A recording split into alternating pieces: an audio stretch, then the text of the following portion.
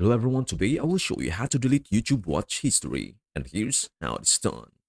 Alright, we are currently on my phone. So what you are going to want to do is, first launch the YouTube app.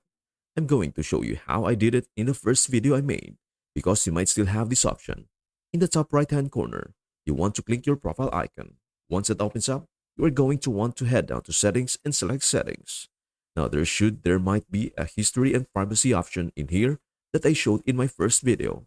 As you can see, it's been updated, so now I no longer have that here.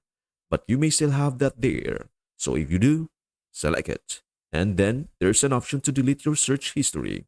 But if not, I'm going to show you how to do it in the updated method. So back here. So back here on the home screen, you are going to again select your profile icon in the top right hand corner.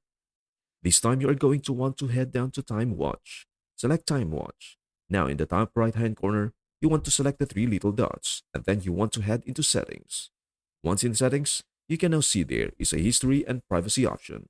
Select that and now we have two options, Clear Watch History or Clear Search History. All you have to do is select which one you want to clear. Let us say Clear Search History and then you just confirm it there by selecting Clear Search History.